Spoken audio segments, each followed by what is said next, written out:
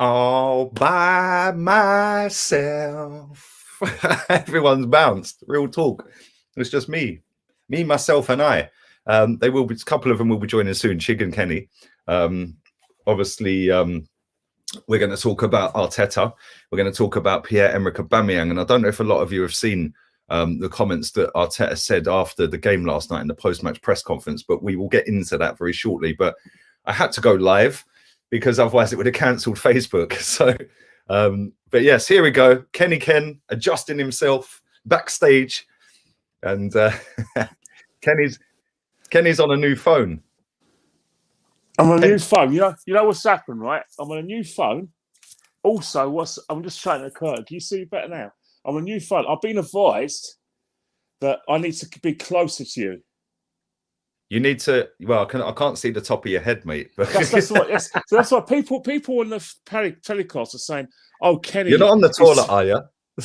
No, I'm not on the toilet. Thank you very much. You know what's happened. You know, I'm in a sort of spare bedroom, and this is a kiddie stall. You know, I've got a 12. I've got a kid. I've got two daughters. One's 16. The other one's going to be 12 soon.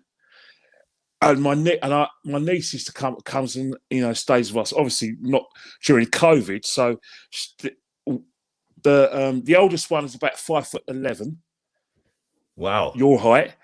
And the youngest one's is stout.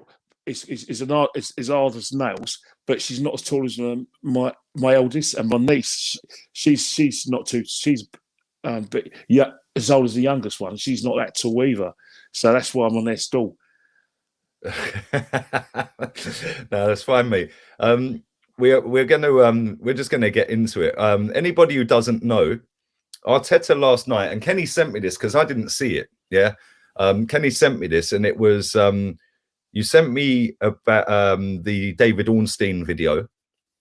Yeah, where Ornstein was talking about certain things, but it came across with Mikel Arteta at one point in his press conference last night saying he was asked a question about how did Aubameyang take the news about getting dropped for the game last night, and Mikel Arteta's response in the post-match press conference was, obviously we're busy, we don't have something, I haven't got the direct quote, but it was something along these lines of I don't have that much time to be able to talk individually and explain decisions to every single member of the squad. So for what I've got from that and what others have got from that is the fact that he didn't tell him he was being dropped. He just picked the team. Yeah, and that's how he found out he was being dropped. He didn't actually have a sit-down conversation with him by the sounds of it and explain the reasons why he dropped him. And listen, you could look at that one of two ways. You could look at that and say, look, he's the manager. He can do what he wants. He don't have to explain all of his decisions. But at the same time, this is our biggest game of the season. He is our club captain, and he hasn't had that conversation. How did you see it, Kenny? Well, first and foremost, Aubameyang, in terms of performances, hasn't got a lot leg to stand on because his performances have been pretty average. And, he'll follow if you think about it, the only time he had a really good game is probably Newcastle and Leeds. So he hasn't got nothing to work with. But in terms of what Mikel Arteta says, I did tell him he's not playing. Well, hang on here. In every walk of football, your captain is your manager on the field. Doesn't matter whether you may have other managers field. He's the sort of person that you'll take the one side to the right.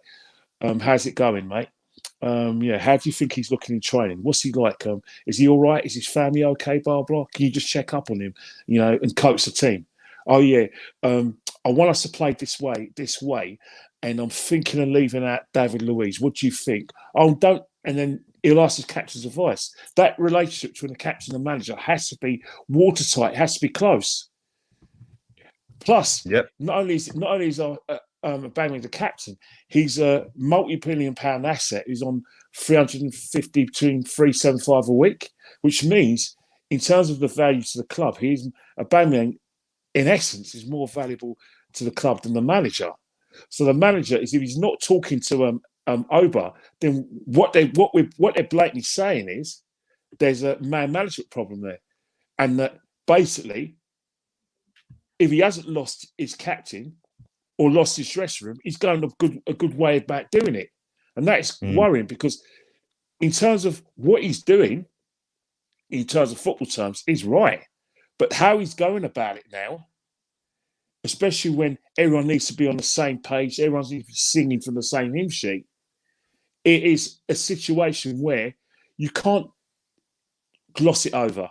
You can't dress it up or colour it in. It is basically the manager who's losing his dressing room. Doesn't matter whether everyone's talking about the process or whether he needs his own team. He hasn't got the currency of good results or a clear playing style in order to, how do I say it, wag his tail. The tail will wag the dog because he's got poor results. Another thing as well, where Mikel is probably doing it the wrong way, but I can understand why he's doing it. He's relying on young kids who will obey him. Fair enough, that's fine. But those young kids, you're burning them out. You've burnt that Saka, you're burning that Smith Rowe. You know what I mean? So what's happening now is that youngsters can't keep you in the job. You ain't like Unai Emery got no thanks for bringing all these youngsters through. You know what I mean? You know, he'll get thanks after the event. But what Arteta's doing right now is he's doing the right thing in terms of his sanity, but he's picking a fight now where he's captain. When I'm not saying you have to play him, but you have to communicate with him. You have 100%. To get on with him. You have to make him feel included, even when he's not playing. And you have to coach him because nowadays, right, you and I can give Aubameyang 0 out of 10 in the player ratings. We could go on social media and bombard his social media and tell him he's playing crap and that we want him out of the club. He's a disgrace. The manager can't do that. All right, you can't manage like Graham Souness. You can't manage like Sir Alex back in the day. You have to tell a player and make him feel good about himself, and you got to tell him even if they're playing crap, they're playing well. You put your arm around them. Because how you do it, how you do it, right, is that if you piss off Aubameyang, you're going to piss off Lacazette. You're going to piss off the French contingent in the squad. You're going to piss off Pepe, right? Just look what's happened with Guendouzi. Guendouzi and Lacazette are like that. Lacazette was his mentor and his big brother. So if you piss off Guendouzi, you've lost Lacazette. That's just a fact. So when Arsenal fans, talk about Unai Emery losing the dressing room because of Mesut Ozil thing, they're right. But this guy has lost the dressing room because what's happening right now, the well was dry. You know, you run your youngsters into the ground, and because you run your youngsters into the ground, they're running on empty. You've lost, your senior players because you're pissing off their captain. So really and truly, right now, he needs a really big result against Sheffield. Forget about next week. You want to beat Sheffield and beat Sheffield well in order to give the fans confidence going into the next week. But if you lose against Sheffield, then all these ugly little things, it's going to rear its ugly head. If he selects Aubameyang on Sunday, but doesn't select on Thursday, it becomes an issue. If he doesn't select Aubameyang and carries it, it becomes an issue. So this is all of the manager's back. His interview was bad. Yeah, I mean, he looked very lost on the touchline last night for me, and he didn't go as far as Unai Emery to start stroking his chin, because when Emery was stroking his chin, we knew that was the end, didn't we? Really, let's be real. It was and like fans cheering goals for Frankfurt, like in the ground, in the clock end, all jumping up and down. Worst day of my life when that happened, because it was basically Arsenal fans thinking, I've had enough of this shit. Get him out, and it's like we're glad, even though we lost the game, we won't have to endure him. It was worst atmosphere I've ever seen. It was like a funeral parlour. Yeah, and listen, they've been lucky this season. The players and the manager and the football club. Like obviously, the football club's been impacted with a financial loss for not having fans in the ground, but the damage of having fans in the ground this season could have been bigger than the financial loss, because it could have meant that we didn't get above 16th. Like it could have meant that we finished top 4. I don't know, but you got to look at it and say, if anything that Arsenal fans are on match day, they are vocal when it's going wrong. Yeah, like yes, it's a morgue and it's quiet on most match days at the Emirates, but when it's going bad, Arsenal fans on the day, they know how to boo, they know how to jeer, they know how to say some nasty stuff, and we see that, Kenny, when we went before lockdown as well. You've still got your ticket for next season, so you'll see next season if this manager's still here how it goes. But I wanted to go back to the Man City game when Arsene Wenger was manager. There was about 20,000 fans in the ground that night. Do you remember? And when they went 2-0 up, I think it was David Silva put them 2-0 up in 20 minutes. It went down to about 10,000. Like literally, it was just like a fire drill. Yeah, and that performance last night, I don't think it was as bad as that. But again, that was another one that straight away it come in my head that if there was fans at the ground, what I'm trying to say is if there was fans at the ground this season, I think we would be in a position where you would see the cannon on the far side of on the stand. Yeah, because I think a lot of fans wouldn't have put up with it. Yeah, and it would be, we see it with Emery. A lot of the games towards the end of Emery's career at the club, there was hardly anyone going. Yeah, and you could see empty seats left, right, and centre. And I think we'd be in a position this season with the defeats that we've had, that the stadium would probably have had its lowest ever attendance last night. Well, I think the situation is that Liverpool result was a killer. Do you remember when we lost against Man City when there was 20,000 fans? It was cold. I'm not doing a tie and say the right, but it was probably -7, -8. 3 days before, Man City murdered us in the League Cup final. So there wasn't much enthusiasm. But this is how Arsenal fans get a manager out, right? This is how they get you out. What they do is that they won't scream and shout at you, but they'll, that thing you said, I'm not angry, but I'm disappointed. Yeah. Well, what they did under Arsene Wenger is that towards the end, West Ham at home, low attendances.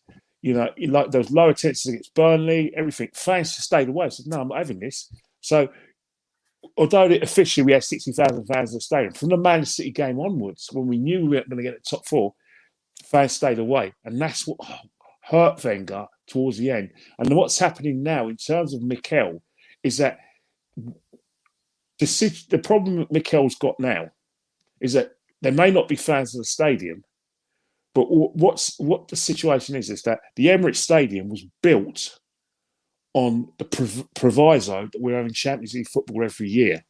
That's what was paying for the Emirates Stadium. In terms of, you weren't just paying for the mortgage, but you're trying to get advertising because the Champions League. Not only do you get the TV rights, you also get money for being in it. Prize money, sponsorship deals, and also the executive boxes. A lot of them executive boxes are owned by sponsors. Yeah, and then what's happened? Like you have to reduce your attendances because you've got to put all their logo around. You get paid for that as well, so the money you lose in season tickets. So there's a lot of things that Arsenal missing out on. And then what's happened is that the board have to decide, is this manager cost effective? So what they're going to look at is the results. But what they've got, another thing that is going to shine like a beacon is Aubameyang. We're just giving this guy a contract because we think he's a valuable asset for the football club. Yes, he's going to be 30, 31. But hang on here. We backed the last manager. We backed the last manager and this manager in getting rid of Mr. Ozil. But we backed a lot. But the reason why is because we won the FA Cup. And because we thought there was going to be progress and there was a universal kind of approval rating for the manager, that fans understood that there probably isn't the expenditure there, and that the players are so bad that it's going to take 3 or 4 years, a few transfers to clear the problem. But the problem is now we're playing Slavia Prague. Now, I know they're a good side, but people like yourself are thinking, well, we shouldn't be losing to Slavia Prague. Remember, we had the games in October and November. We lost 8 games by Christmas. We had a revival, but we always knew that once the kids got tired and once we got one or two bad results, we're going to go back to our bad old ways. So what's happening now is that a lot of people now are thinking, right, at least we've got the Europa League. But if we go to Europa League now, you know what I say about floating voters? They're going to think, right, he's got to go. Now, that's the fans saying that. But the people who make the decisions are going to say, well, yeah, he's not cost effective. And that is the problem Mikel's got himself into. And it's all been self-inflicted. We're not saying we want Mikel out because he's not a big name. We want Mikel to be replaced because too much experimentation with personnel, line in terms of tactics and formations. We know that the team's poor, but if you had an identifiable way of playing, you'll get better results. You might fluke. You would definitely get in Europe with this team. You had an identifiable way of you make a great point. Sorry to cut in here. You make a great point. Big up to 600 people watching live. Make sure you're smashing the likes up as well, by the way. And you made a great point because if we had an identifiable style of play, then we would. And Rance made this point earlier on the show I did with him. He said that there's other teams in the league that are worse than Arsenal and United that play better, more attractive brand of football. I used the comparison with Brighton. That manager, he was in Östersund in Sweden. Nobody knew who he was. He's then come to England. He's been at a couple of clubs, and he has got a Brighton team full of average footballers. That are probably punching above their weight to stay in this league anyway. And maybe 2 or 3 players in their team, maybe 3 players in their team. You could say actually they're really good. The rest you could say there's a few good ones, but the majority are bang average, right? But if you look at the way they play football, every single game you can see their style of play. Whether it works or not, it doesn't matter. They don't change their lineup or their style of play to suit the team they're playing. Whether it's Liverpool away or Sheffield United at home, they're going to go and have a go at you. And if they get beaten, they get beaten having a go. We haven't got a style of play. And the reason I use Brighton as the example is they've scored 7 goals less than us in the league this season. And they've got Danny Welbeck and Maupay as their strikers. They've conceded 3 goals more than us. So we've only conceded 3 less and scored 7 more than Brighton. That's embarrassing, Kenny, with the squad that we have compared to what's at their disposal. But if you look at it, we start the season playing wing-backs. Because it was successful in the semi-final of the FA Cup and the League Cup final and in the Community Shield. When it wasn't working, we went back 4. And then what's happening is that because we didn't think Lacazette was scoring enough goals, we played Aubameyang up front. Then we put it back out on the left. So basically, we mess around in formation. And then I don't care what anyone says. Before the Chelsea game, the team, even though we were playing badly, picked itself. We had a COVID situation. All of a sudden, we bring Smith Rowe in, play Saka further forward, and then what was happening? The results changed. But that wasn't because Mikel Arteta finally decided he had a brainwave and said, "Oh, let me change this." It was changed for him. So what he's done now is that he's changed the style of play again, realised that Odegaard's available, shoehorned Odegaard and his team into the team, realised, Rob Holding's not working, and he's trying to get David Luiz in the team. I've basically described, without even saying it, 3 or 4 different formations we're playing, 3 or 4 different set of tactics. So the players are going to be confused. The players are going to be confused. So what's happening, right? He's going to be exasperated and he's going to say, "Oh, I apologise for what we've done and blah, blah." What he's trying to say is that he's not apologising that he got it wrong. What he's saying, "I'm sorry, fans, that you had to put up with these players, these incompetent players, because I'm giving them instructions. They can't get what I'm asking them. It's the players' fault." That's what he's doing. He's not fooling me or you or anyone. He's not taking responsibility for that. And he's been exempted from responsibility because the fan base are more concerned with the Kroenkes and saying it's the Kroenkes' fault. The fan base itself are more thinking about, well, we don't want to be like Chelsea and sacking managers. We don't want to be like Spurs and sacking managers. We don't want to be like every club. Because at Arsenal, we have to have some sort of continuity. But what they don't realise is that continuity went out the window when Arsene Wenger was fired. That's when you became like every other club. And because you booked the Emirates on Champions League money, their in-train, appraisal development is, the milestone is Champions League. This guy's 10th place, 7 points. How many points is he behind Liverpool? 7? And he's about 10 points off the top 4. He is currently We're actually, we are, where's the points? There's the points. We are currently, 10 points off West Ham. And 10 points off West Ham.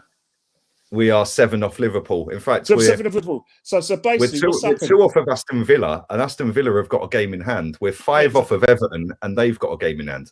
Yeah. So basically, the situation is that we're in these snookers upon snookers. So after if God forbid we lose or we drew 0-0 in Prague, what happens then? Because again, you've got a season that's going to mean nothing. And you're going to be glad there's no crowds there. Because I'll tell you one thing there. If you think that if we go out against Prague, God forbid, that you're going to get your 10,000 fans against Brighton without no prospect of getting the top 4, and you're probably going to be 10th. Oh, no chance. Forget it. Although saying that, I'm loyal. I'll go, but not many people will go. No, although saying that, I do think that they will sell out that allocation, because it's after over a year of not really being allowed to go to football. So I think people will go. Yeah, but if you start off next season and they start allowing more fans in, which I think they're going to, then you'll see very quickly how quick this turns, because it's all well and good that we've got a massive fan base globally. It's great. That's why we've signed the likes of Aubameyang. We couldn't sign Aubameyang with just a London fan base. Let's be real here, right? Because we wouldn't have the money coming in. So it's great that we've got a global fan base. But we both know, having done some of these protests over the years for Wenger, that everything that's said online is only a fraction that can be put into practice on a match day because of logistics. People can't get to the games, even in the UK. You might live abroad, So whilst everything is great online, with Arteta, how do we know what the 60,000 or 55,000 that will be going every week think of Arteta? Because a lot of them won't be on social media. Of course not. And that's the thing. They're the people, and that's the thing. The people mistakenly think that everyone's like us, going on social media. You've got a YouTube channel, a business. Everyone who's an Arsenal fan watches AFTV, watches Lee Gunner, watches Sam Old Arsenal, watch Tom Canton on Gunner Talk, watch Hugh Wizzy. They don't. What they prefer to do is they'll go to the pub before the game and have a little chat and see people wearing a lot. And then after the game, they chew the fat. You know what I mean? They ain't got that time. If anyone from AFTV or Hugh Wizzy walked in, I said they don't even acknowledge it, because they're not interested in that. And they're the people who will make the noise, but they're also the people who think, no, this is shit. They'll stay away. But that's the problem. My question is, why does it have to get to that? Where is the cutoff point if God forbid, we're out of Europe and we're out of Europe? You can't survive on these results, because you can't give a manager money to spend when he's had money to spend, and yet it's got worse. It's got worse, and you've got better players. Supposing, God forbid, that we don't time against Sheffield United because you're trying to put all our eggs in mate, you know he's going to put a totally different team out in that game, didn't you? Because he's going to save his better players, or what he thinks is his better players for Thursday. Yeah, and then afterwards, guess who we got? You think about it, right? Financially, Prague's bigger, but mentally, and in terms of this guy's reputation, Fulham at home and Sheffield away on Sunday is bigger, because we're playing 2 relegation teams. And this is an indication of whether these players are behind this manager, because Fulham are going to be at it. They generally believe they're in a false position. So they're going to... They play good football. Let's have it right here. They beat Liverpool, fair and square that day. I watched that game.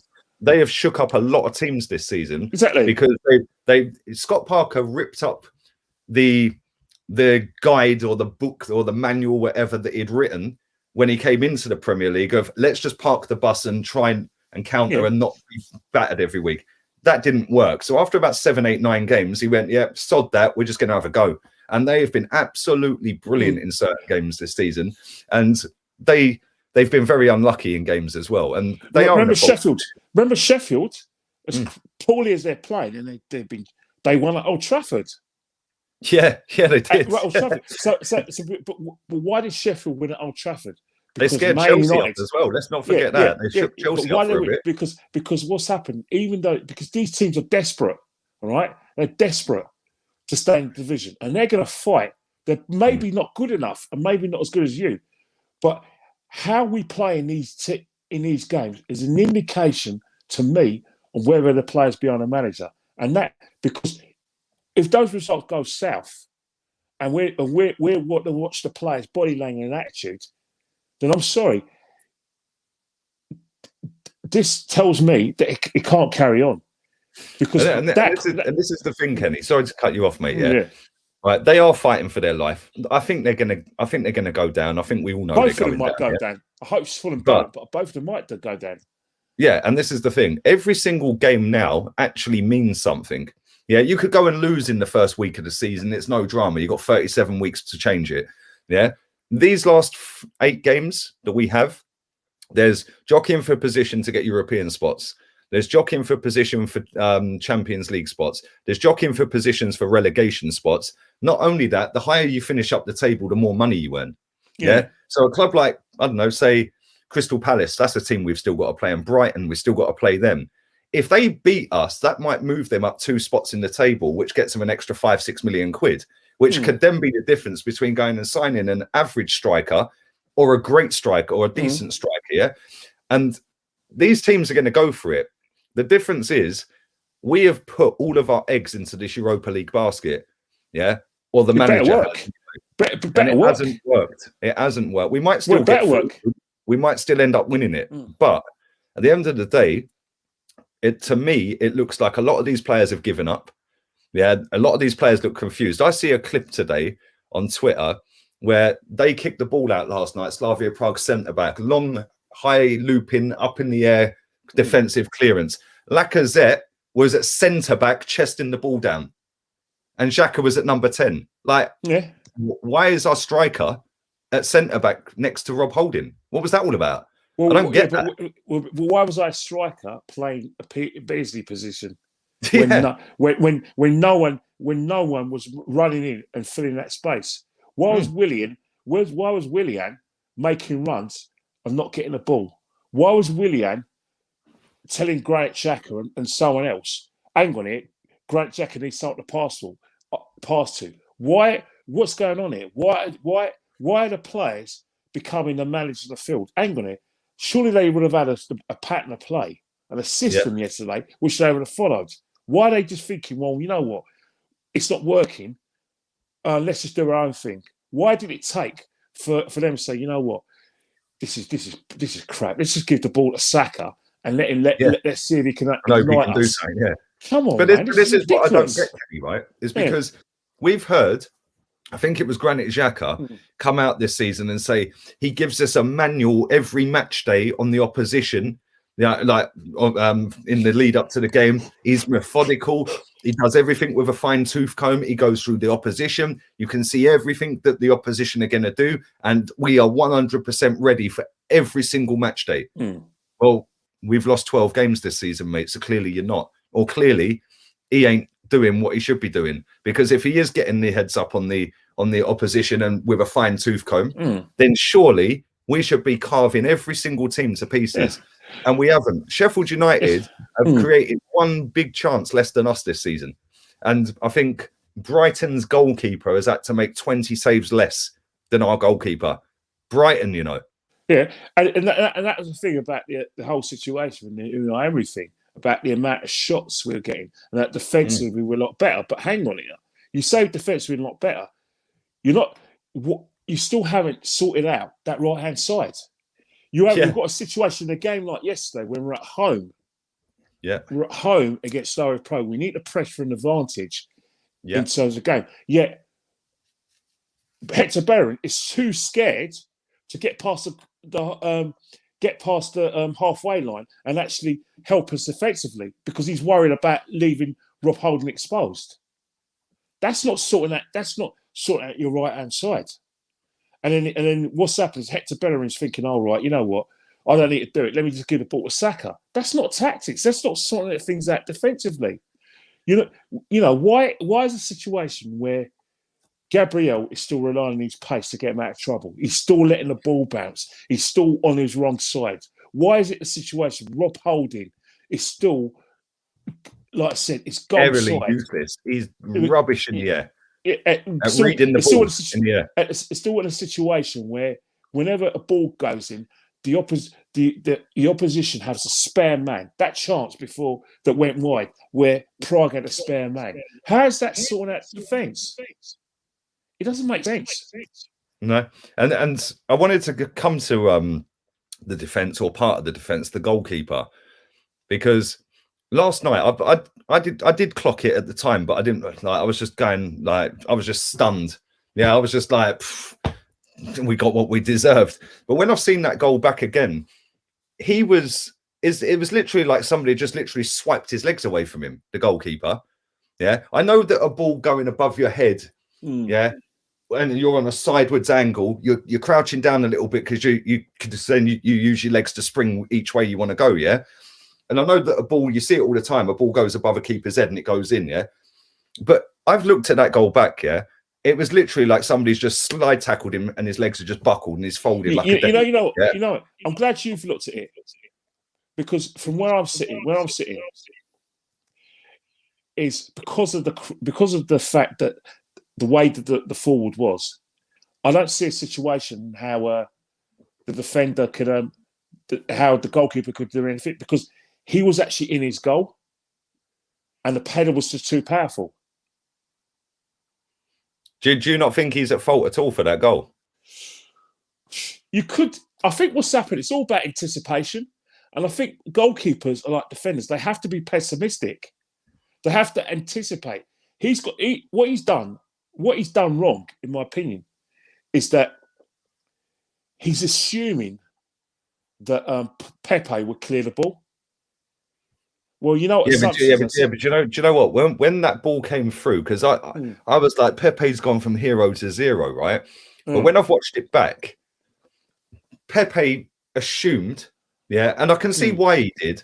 You know, when you see a player like Harry Maguire the other week missed a chance back sticky at the post because he wasn't anticipating the ball getting to him, so he had to adjust real quick, and you got a millisecond to do it. Yeah, it was the same with Pepe, and I'm not like eradicating Pepe of any blame at all, because I do think he could have done a bit better, but I don't think he anticipated the ball coming to him because there was 3 players in front of him, yeah, and it literally missed them all. Then he's had to readjust quickly, which is why it's bounced off of him. And then Cedric, even if it hadn't have gone in, it's a penalty. He pushed him over. Yeah, I literally threw him to the floor. Yeah. And it's like, it's just a catalogue of errors. But we've seen this so many times with this goalkeeper this season, right? We see it the other day. He went to punch the ball, like, and he's in goal. He's on his goal line. Why are you trying to punch the ball over the top of the goal, mate? Like the other day against what was it, Liverpool?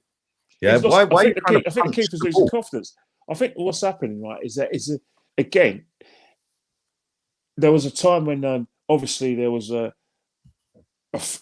clamour for Martinez, that we thought we lost a better goalkeeper, and I thought that would happen. And that motivated Leno to play well and be more commanding. But he's got into his bad ways again. But that basically the reason why he's got into his bad ways again is because defensively we're not as good as people are saying we are. We're starting to make mistakes. He's starting to like I said, panic. And then what's happened? He doesn't trust his defenders, and his defenders don't trust him. And that's where all these mistakes are coming from. He's trying to, how to say it? You know, when a goalkeeper tries to get us back in the game and they make mistakes, he's just doing the same things he was doing under Unai Emery. And I think that's the problem. He's good. He's a good shot stopper here and there. Yeah, I mean, he made a good save last night, which eventually led to the corner when he tipped onto the post. Yeah. And he made a good save earlier on in the second half, where so his feet when it bounced off Bellerin, skimmed off Bellerin, he saved it with his legs, didn't he? That was a good save, because listen, Bellerin, I didn't give him enough praise at the time. Yeah, I was like, why is Bellerin playing at centre back? Why has he not spotted the guy running off over there, going clean through if the ball goes?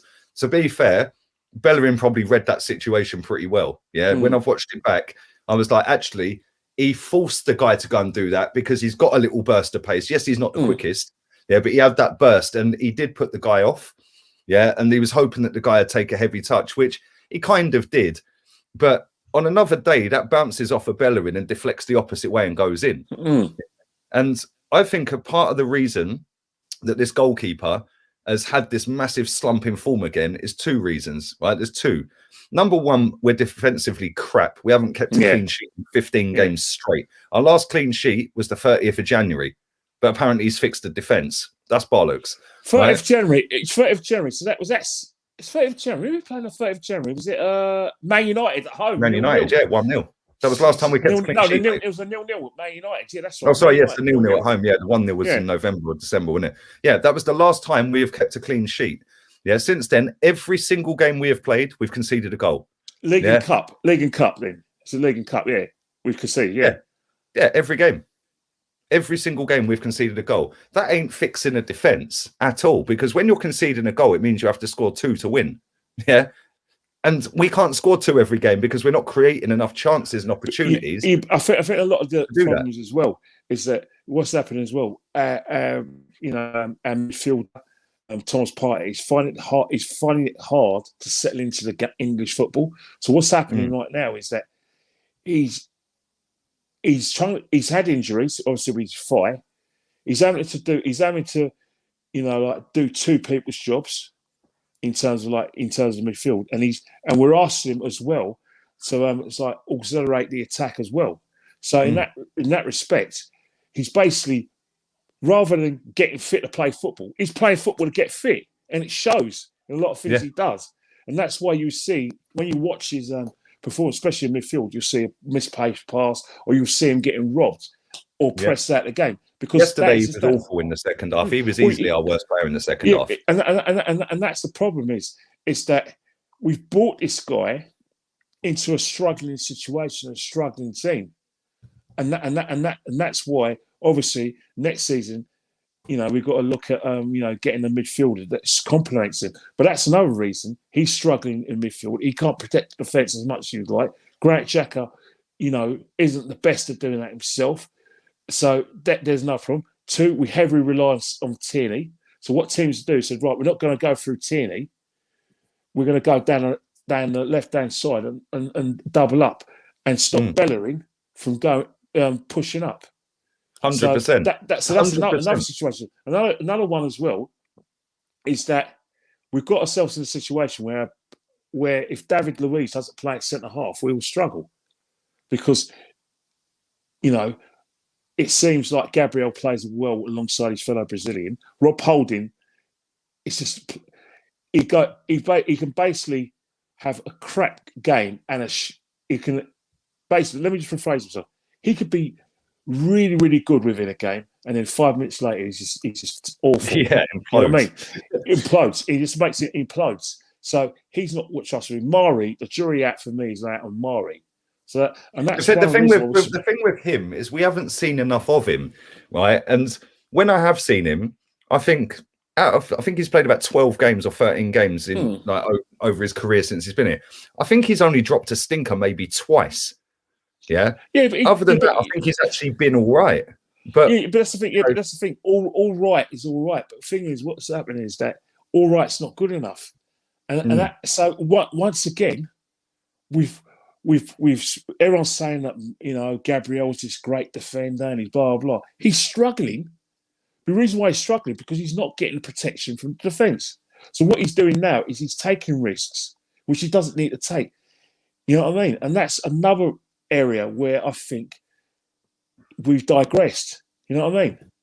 Partey's struggling fitness. Gabriel's digressed. Aubameyang is gone backwards. Lacazette doesn't score enough goals anyway. So what's happened? The pressure now is on Odegaard, a lone player who's probably got one eye on getting back into Madrid. Smith Rowe, just glad to play. Saka, is now. They look shattered yesterday, by the way. Look shattered. And you've got another reason. Pepe gone in his shell because he was turning it around and then he gets left out. So it's a mess. A lot of it is down to the players in terms of like their poor form and maybe their poor ability. But a lot of it is with this manager in terms of I'm not convinced that there's identify a way of playing, because no one's asking the manager, right, to get them playing like Man City. What we're asking the manager to do is play to the strengths of the team you have at your disposal. Tuchel is doing that at Chelsea. There's no way Chelsea will be playing like that next season when he gets his own players. Mate, You know what I mean? we could see a style of play off of Tuchel, yeah, in the first game, and he'd had one training session, mate. He'd Exactly. not even been in the country 24 hours. But what did Tuchel do? Kept it simple. He said, Yeah. right, this is how we're going to play, and this is how I want you to play. We need to up the tempo, quick 1-2 touch football, not multiple touches and slowing it down and going sideways. We get the football's a simple game, Kenny. Yeah. You get the ball and you go and try and score, and you try and keep clean sheets, and you stay compact, you defend together, you attack together. Definitely. 1-2 touches. There's no way to finish the article because their strikers still can't score, but they're difficult to beat. They're making themselves dead difficult to beat. They're getting kind of lucky as well at the same. I say lucky. They're not lucky, but they are. Yeah, their strikers are having an absolute shocker. Yeah, especially Werner's just. I don't know what's happened to him, but they've got a player in Mason Mount who is unbelievably good. I rate Mason Mount. I think he's absolutely fantastic, and I think he's easily. And I said it, and people were laughing at me when I was saying this under Lampard. Yeah, I was like, he's easily their best player this season. Yeah. Now people are starting to see it, and he pulled them he pulled him into the semi-final, basically, him and Chilwell the other night. But it was Mason Mount masterclass in midfield that got that. And it's no coincidence that Lampard was playing him every week, and then a top manager has come in, and he is the focal point of that team now. Because he's identified that he is a top player. Right? And that's all you need to do. But you look at West Ham as well. You know full well the reason why West Ham are having a good season is because they're playing to the strengths. They know Souček is a midfielder, but likes to ghost in and help out his attackers, and he could score goals. So you're a land that would do that. You know full well that Cresswell, like defensively, he's not the best, but you know that his strengths is to attack down at left back. So you let him do that. You know full well that Mikel Antonio is going to run all day, run those channels, run the channels all day long. Run those channels all day. So you let him do that. You're playing to strengths what you got. He's not rocket science. He's just thinking, right, just play your strengths. Just play. He's identified the fact that maybe Noble's not as mobile as before, so he's left him out. So what he's done is he said to Declan Rice, right, this is what I want you to do. It's simple. You're not playing excellent and attractive football. A lot of West Ham fans know that Moyes ain't doing great strengths. All they're doing is playing them in an identified way of playing, which suits them. Yeah, suits them. And that's the key point. It suits the players and the personnel he has to his disposal. He's not trying to make a formation and the style of play with players that can't fit that and do it. It's like asking Aubameyang to play like Didier Drogba. Never in a million years can he do that. Exactly. Yeah. So why would you ask him to do it? You ask Aubameyang to get in behind, play off the last man, and on the shoulder, and ghost in as well off the left wing if you want to play him left wing. See, that's the thing about Arteta. We're not asking Arteta not to do plays his preferred system. We're saying, for now, we need to get results. We need to start winning games, and then you evolve your system. That's what good coaches do. You don't try to change it, blah blah. Just play to what you got in front of you. When like the term "play to the team's strengths" is actually a literal sense. Play to the strengths of the players you got. Yes, we'll prefer another right back. Yes, we'll prefer like cover for Tierney. Yes, we'll prefer a complete centre forward. But this moment in time, we haven't got that. Let's get the players doing what they're good at and getting them in a situation where they understand what they're doing. 100%. Mate, I just wanted to say, sorry, because I forgot to give you the second point on Leno, yeah? The first point is that the defence ain't as great as we thought, yeah? The second point is he knows he's got no competition. Yes. We've signed Matt Ryan on loan. He's played one game. What was the point? But Matt Ryan's never going to be there for competition. Matt Ryan is just there in case Leno gets injured because an experienced goalkeeper wants to better himself and he's playing at Aston Villa. And that's a seriously big issue for me, though, the fact that he has got no competition, because we see him, and this is what winds me up, Kenny, yeah? We started off the season poorly. We then got a 5-game spell where we slapped up Leeds, we slapped up Newcastle, and we slapped up Chelsea and West Brom. Yeah. And everyone got giddy. Oh, the kids, they're amazing. They're amazing. We both knew that at some point they were going to burn out because he overplayed them. Yeah. Because he realized, oh, shit, we win most games when these two lads are playing. Yeah. We then drop Odegaard in. He's been all right. Yeah. I wouldn't say he's ripped up any trees or anything, but he's been all right. Yeah. And you can see he's got a bit of skill and a bit of class about him. Yeah. Right. But again, he admitted after the game the other night against Liverpool, oh, well, yeah, he's been playing through injury. Why the fuck are you playing him then? Like, real talk. This kid has got 5 injuries in 5 months before coming to us, and now you're playing him through injury. Yeah, but he's got himself in a situation where he feels he has to play him because what's happening is that... Yeah, but how do Madrid feel about that? Knowing that the player's injured and you're forcing their player to play through an injury. That ain't going to be a good look, mate. Yeah, it's not a good thing, but the thing is, he's thinking, well, if I don't play, I can't... But Smith Rowe's also burnt out. So I can't play Smith Rowe. So I've got to play Odegaard because I still need service from my strikers. I still need to try and get my main striker scoring. And that's the situation. Managers panic, don't they? Because they haven't got a plan B, or what's happened? They tried so many times to complicate things, and clearly it's not working. That they become right in these players because at the end of the day, Odegaard, Smith Rowe, maybe Martinelli, although he probably is pissed off his manager because he ain't getting games, but definitely Saka are young players who obey the manager, which means they're not going to turn against you, no matter how much the senior players influence them, because they want to play. So what's happened is that he's putting all this burden of trust on the young players because the senior players are either not playing for him or just can't do it. And that's why he has to play Odegaard. He has to play Smith Rowe. I understand what you're saying, but this just, for me, goes back to the summer. Like, somebody put a comment in a short while ago. I can't find it. I've just tried finding it, but I can't find it. It's gone off the screen. He said, at the end of the day, he said he put a comment out on social media, the guy, and people were saying that it was it's not the manager's players. He needs to get his own play, but it's the board buying the players. So he asked the question. He said, so where's the process then? Because if the board are buying the players and telling Arteta, coach them, manage them, win with them, that's a recipe for disaster. But I think but it happens in all walks of football, though. But I think people get too fixated with the fact that Edu is the technical director. Like Edu and Arteta have not had a conversation about players coming in and about which players. Remember,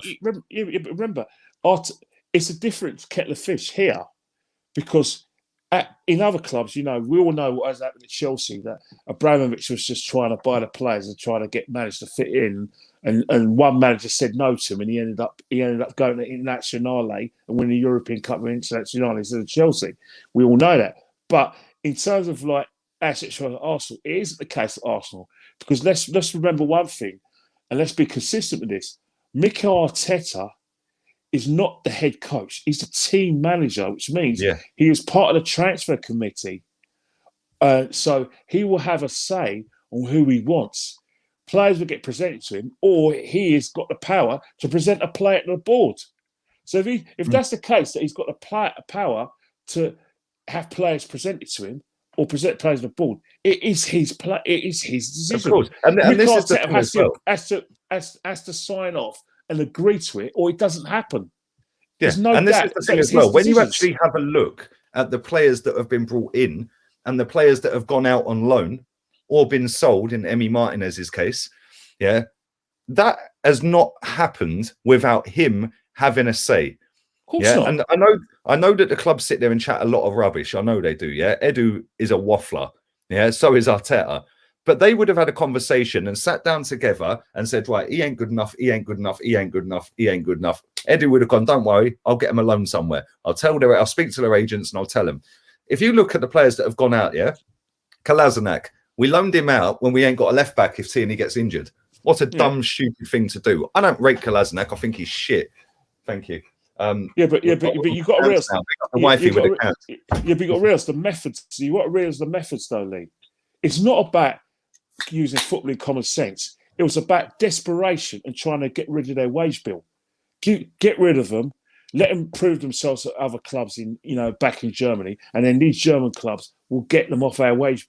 We'll either sign I get that, but at the same time, that is very shite management, and management of our transfer system. If you're just getting rid of Kolasinac when you've got no backup to Tierney, just because you want to save 120 grand or even half of his wages in the hope that Schalke does something and they buy him, that's pathetic. Torreira, I understand why he went. I get that. He didn't want to be here in the first place. He only come here because the deal to Napoli fell through. Unai Emery didn't want him anyway. Unai Emery wanted Partey instead of him anyway. Oh, exactly. Right. Then you look at Martinez. I still think that's a stupid move. He's one of the best keepers in the league this season. But end of the day, Arteta told Leno he's number one. So if Arteta's told Leno he's number one, then there's no need for him to get that. For him to stick around and try and play second fiddle. Yeah, I get it. It would have suited us. It would have suited Arsenal if he did, because it will help us in terms of pushing Leno. But then if you look at Guendouzi got rid of because he just didn't like him. Yeah, because he's got a bit of an attitude and he never apologised for the Brighton comments and grabbing Malpai. Never apologised. Yeah, so he got rid of him. He's better than most of our midfielders, Guendouzi.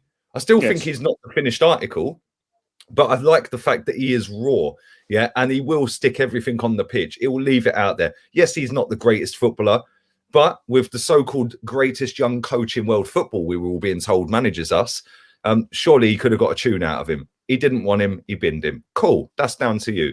Joe Willock, absolutely balling under Emery, scoring goals for fun in Europa League, running and dictating midfields in the Europa League, got rid of him. Scored against Spurs the other day. Ainsley Maitland-Niles apparently didn't want to play right back. What, you telling me he ain't getting in that midfield over fucking El Neni? Like, come on. Like, it makes no sense. Then you look at the players that we've brought in. I ain't going to go for all of them, but there's a lot of players we've brought in. Matt Ryan and Runnison. Ryan's actually not a bad goalkeeper. Runnison's just a joke. I don't know why we signed him. Then you go to, I ain't going to dissect each one. I'm going to name them though. Cedric Suarez. Decent backup. Not great, but he's a decent right backup option, Then you've got Pablo Mari. Well, we don't know how good he is because he never plays. Then you've signed Gabriel. At the moment, he's looking bang average, but at the start of the season, he looked a Rolls Royce. Jury's still out on him. He ain't been here long enough for me to form a proper opinion on him, Let me see him next season, Then David Luiz he kept. Then Ceballos, he got back. Thomas Partey is absolutely ruined this season by forcing him and shoehorning him in when he weren't fit. And then forcing him in again. He clearly wasn't fit when he came here. He clearly wasn't fit when he came here.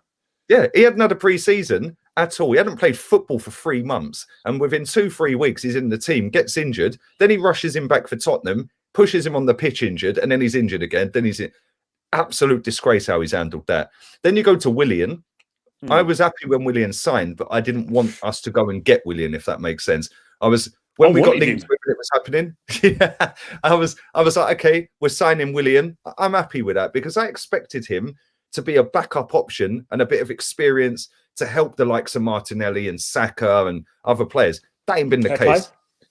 Yeah, well, Pepe, I told you, Pepe's a baller, bruv. Right? Yeah. And look. And then you go El Neni.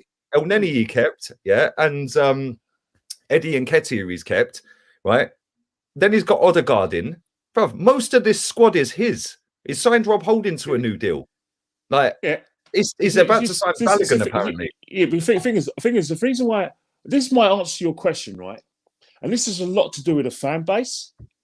You've mentioned about him kind of, not giving us like cover for left back and letting these players go and blah blah without sufficient cover. You got to remember one thing. One of the things that the fan base are praising Arteta for, getting rid of the bad eggs. Yeah. Apparently, Mustafi's a bad egg. Kolasinac is a bad egg. All these things, and that's like it's been held up as some sort of achievement. Now, if this is true, if this is actually true, right? if this is true, right, then what it's telling me is that Mick Arteta has gone in there with old management methods. He's trying to be Pep Guardiola without the results, throwing his weight around, blah blah. Yeah, for the right reasons, because he thinks the fans are going to back him. But he's gone in there like a ball in a china shop.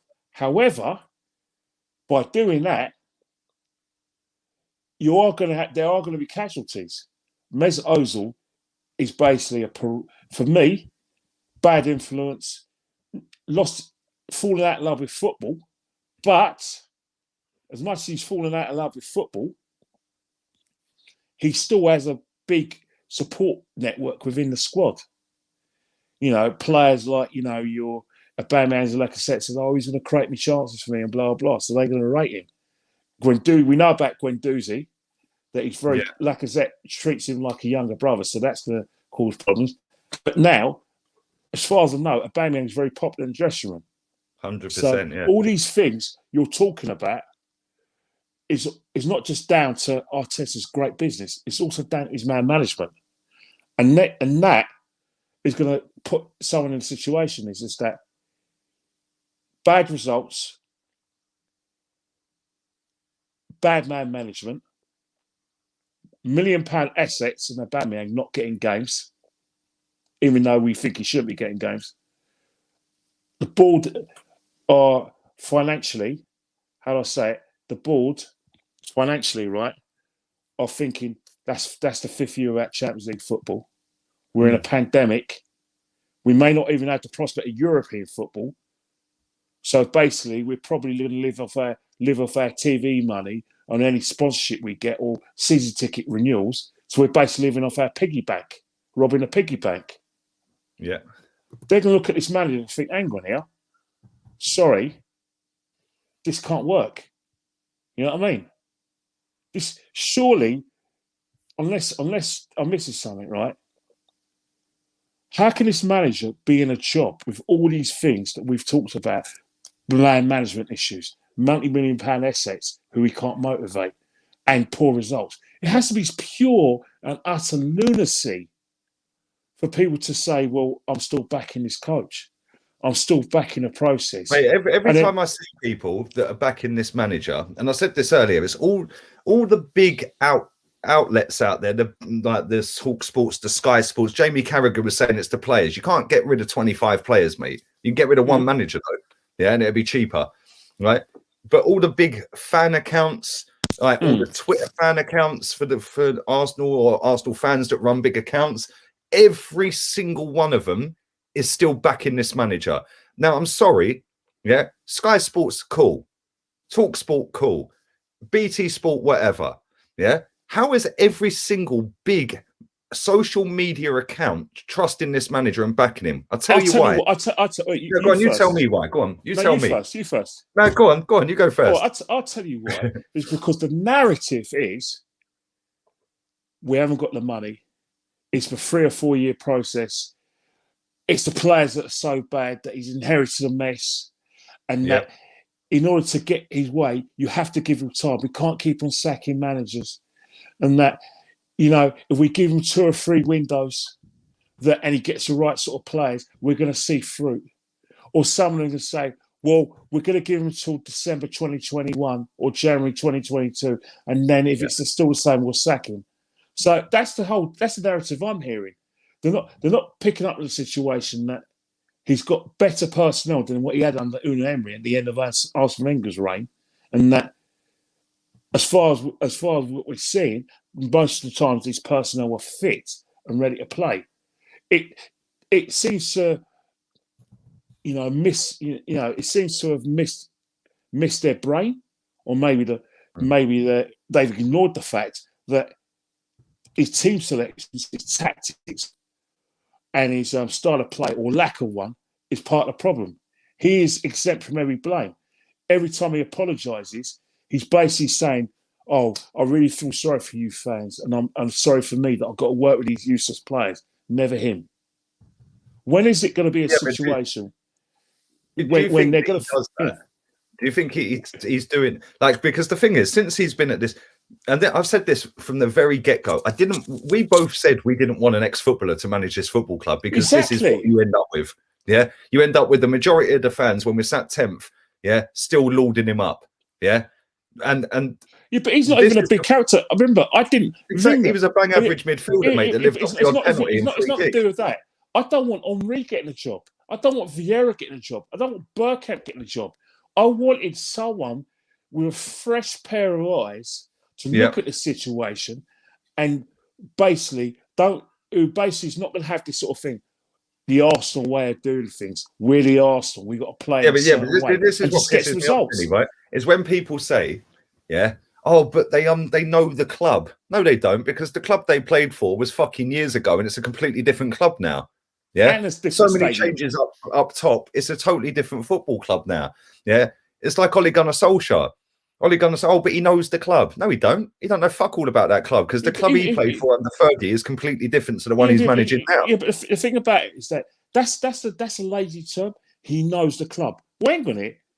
Did Mourinho know the club when he brought Chelsea, won the title for at Chelsea for the first time in 50 years for the club? Him not winning it for 50 years, but Chelsea not winning the title. He didn't know the club. Did Ancelotti know the club, Chelsea, when he won the double in his first season? Did Conte know the club when he won the league title in his first season? Ranieri. Or Ranieri, did he know Leicester when he won the title in his first season? The common denominator of all those names we mentioned, especially Ranieri and Conte, know your players, get a system, do what they're good at, and then when you do when you notice what they're good at, you get results. Because guess what? You're keeping it simple. The players are playing to their strengths, i.e., the attacking players are playing to their strengths, the midfielders are playing to their strengths, and the defenders are playing to their strengths. And by coincidence, it's working within a team pattern. Everyone knows at Leicester that they kept it simple when they won the league. Yeah, they let you have the ball, and they hit you on the break every time. And what was that? Jamie Vardy, to Mahrez, to Vardy, every time. And who was there was another guy, the Japanese international. He got a few goals as well. What's his name again? He weren't a bad player actually. Yeah, I'll get his name. Sorry, apologise to Leicester fans that know, but they kept it simple. They kept it absolutely simple because they had a discernible way of playing. Yes, teams found them out, but they still won that title. They won that title. They got the quarterfinals of the Champions League the season after. Identify a play. Conte, identify a play. That's who it was. Okazaki. Yeah. Look what happened. Look what happened with Ancelotti. First season, played to Chelsea's strengths. He knew he had attackers. He knew he had Anelka, Lampard likes to score goals, and Drogba. What did he do? Attack. Yeah. Like I said, he did overloads, and he basically played attacking football to suit the players that Chelsea scored. They won the league, but they won it at counter. Their last game of the season, they beat Wigan 8-0. They scored about 100 and something goals in the league because they're playing to all the strengths of what you have. That's what I'm not asking Arteta to not play his preferred style of play. I'm saying play football for right now, and then you evolve. Yeah, that's all we're asking. Let me, because we're going to wrap this up in a minute, mate. Yeah. And I don't know where Chig is, but it's been therapy either way. But let me ask you this: has there been any manager? Because I know you're a little bit older than me, Kenny. Just 10 years. 10 years older than you, yes. Anyway, respect your elders.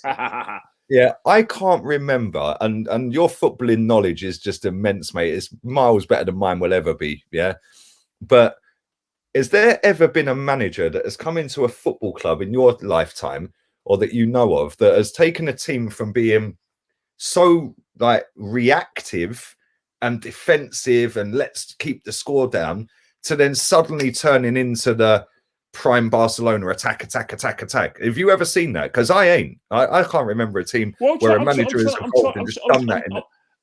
I'm trying to think about it. I'm trying to think.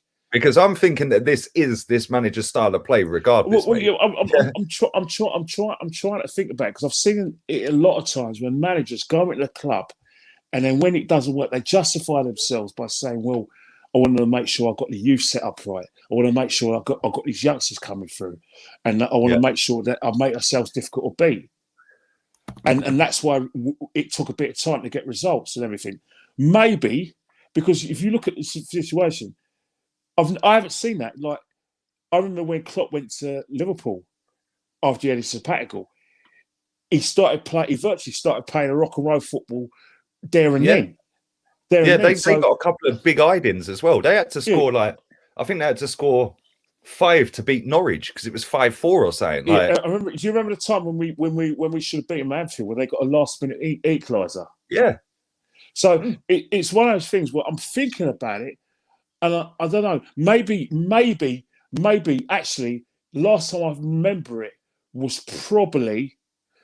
I do remember it with George Graham when he went to Leeds, where they played on Howard Wilkinson, when he made Leeds very difficult to beat. And after he inherited the job in 96, 97, and then the next season, they started playing attacking football. They got Hasselbank, bought Lou Bowyer was bought the season before, but he came through, and they started having players like the youngsters like Hart. Ian Hart was coming through, Harry Kill was coming through, and they played a more attacking style of play. That's the only time I remember it. And I remember football under Sir Alex as well, where he had to evolve things. And then all of a sudden, when players like Lee Sharp, Ryan Giggs came along and Kanchelskis, they started playing the Man United way of the 1970s under Doherty and Sir Matt Bosley, where I call the inspirational style, where they played through wingers. But that's the only two examples I've had that where they had to evolve, where they had to start somewhere and then they evolved. Two examples, George Graham when he went to Leeds in 96, 97, where they played a more expansive game the next season. And then Sir Alex. But apart from that, I haven't seen it much in the modern game.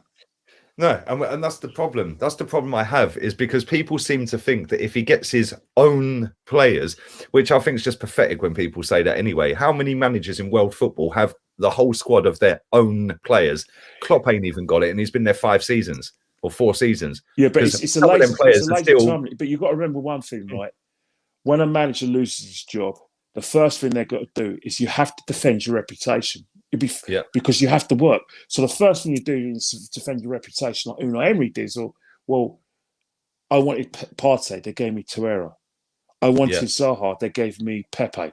So that's what a lot of managers are saying, is that we were close to getting this. Arsene Wenger regularly defends his reputation and defends himself. We nearly signed in everybody. Because what's happened is that the managers are trying to say, if only I need more time. Every manager loses their job will say, just more time. Roy Hodgson, when he was at Blackburn, he got sacked by the late, God bless his soul, Sir Jack Walker, was saying the same something. I need more time. It's managers always say it because, whether we like it or not, it's 90% of the time you make your own luck because of your, clear attacking style. But sometimes 10% is luck, getting the right player or a player getting injured.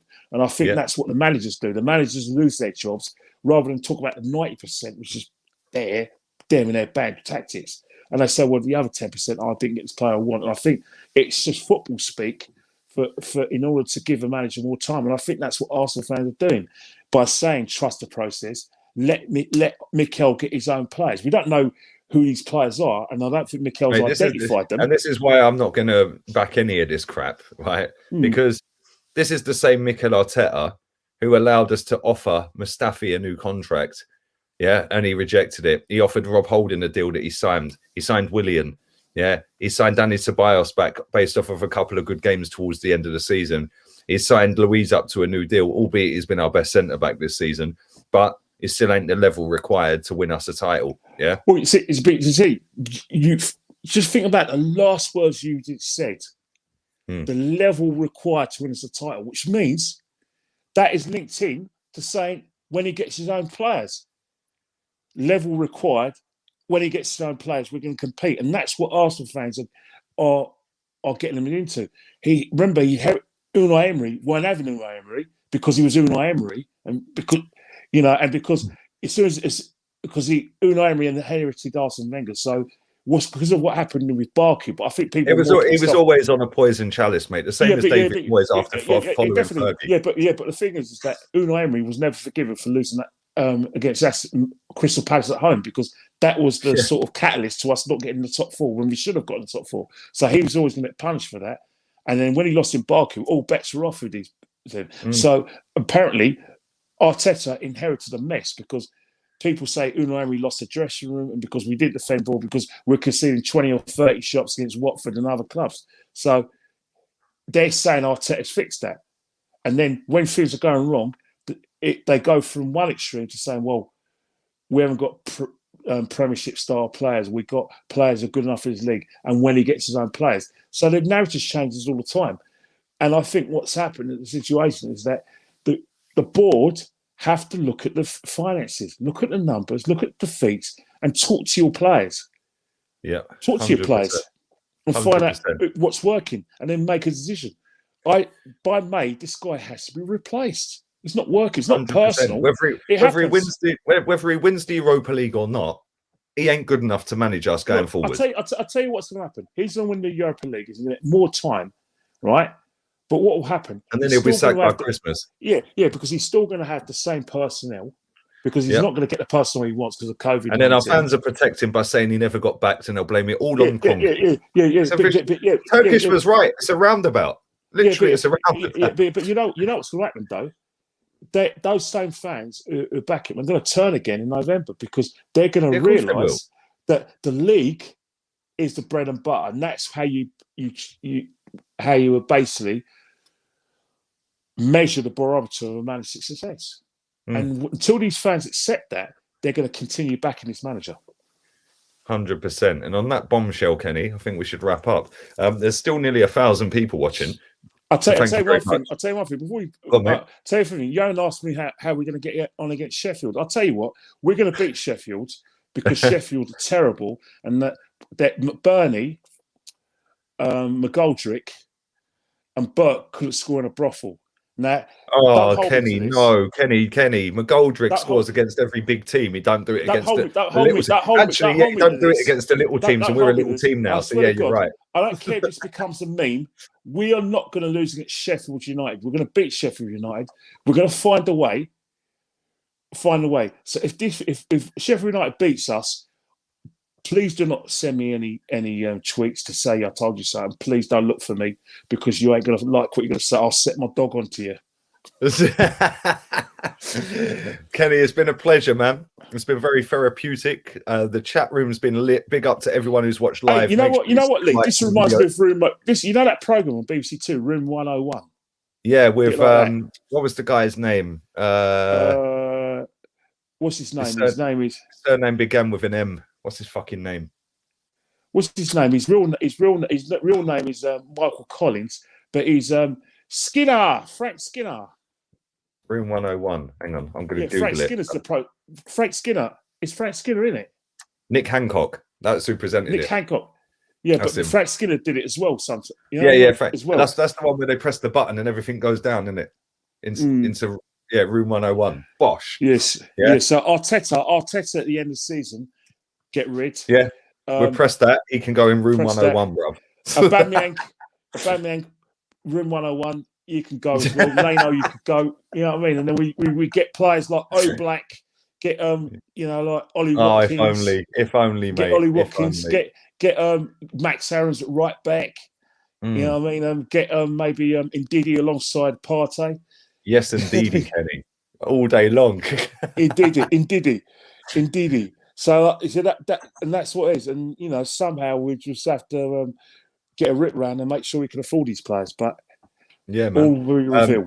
Big up to everybody who's watched live. Make sure you follow Kenny Ken 1972. Kenny Ken 1972 on Insta and Twitter. Make sure you go and follow him right now. Big up to everybody who's put a donation in as well. I've replied to everyone who has put them in. Obviously, when we're in full flow and different questions come in, it's hard to stop that. It stops the flow of the show. But I have replied to all of you. Big up to Ryan. You're the only person I haven't, but that's because you just put it in. But yeah, man, big up to everybody who has subscribed, liked, shared, watched on Facebook, watched on Twitch. And this is my last stream of the day. I'm going to go and enjoy the rest of my Friday evening. And I don't know is there any football tonight? Yeah, there is. Fulham are playing at 7:30. They're playing at home. Who are they playing? Fulham at home. They're playing Wolves. Wolves. Yeah, that's going to be good football. Oh, there we go. Me and the father-in-law can sit down and watch that, mate. A couple of Stellas. Is your father-in-law Wolves? Yeah, he's Wolves. Do you know what's funny? Do you know what's funny? He's very good friends with Steve Ball. Jesus Christ, the I know, West Brom proper fan, footballer, the proper West Bromwich striker. Albion fan who plays for Wolves. Yeah, do you know what? He was a proper striker though. Yeah, do you know what's sad? One Yeah, of the is best the I've guy's seen. knees. The guy's knees are fucking done, mate. Yeah, Yeah, and his ankles. Yeah, because back then you could kick the shit out of a footballer, couldn't you? yeah, Yeah, yeah. But yeah. don't let me tell you He's about done, Steve mate. Ball. He kicked a few people himself. Oh, obviously, but yeah, I've never met him, but yeah, and it's funny because I said to him, I said after Liverpool lost, I think it was against Fulham. Yeah, they lost. And I said, who's their next couple of games? Let's have a look.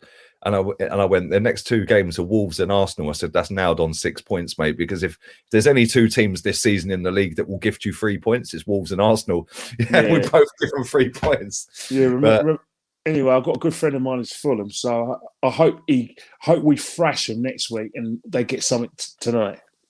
yeah, there you go. Nice one. Big up to Loves Music as well. Thank you to everyone who has watched. Make sure you subscribe, and thank you very much because we are over 55k subs on this channel now. So Congratulations. Man. Thank you, man. And listen, you've always been a big part of my channel, Kenny. You speak the facts. You dissect football matches better than I've seen anyone do.